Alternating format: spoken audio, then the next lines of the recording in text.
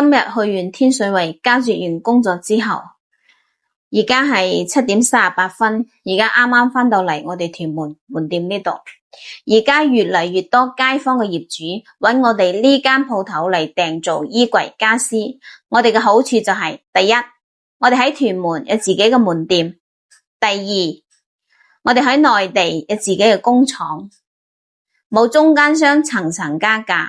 仲有就係我哋可以做到從設計、生產到落地交付，我哋可以做到自主把控。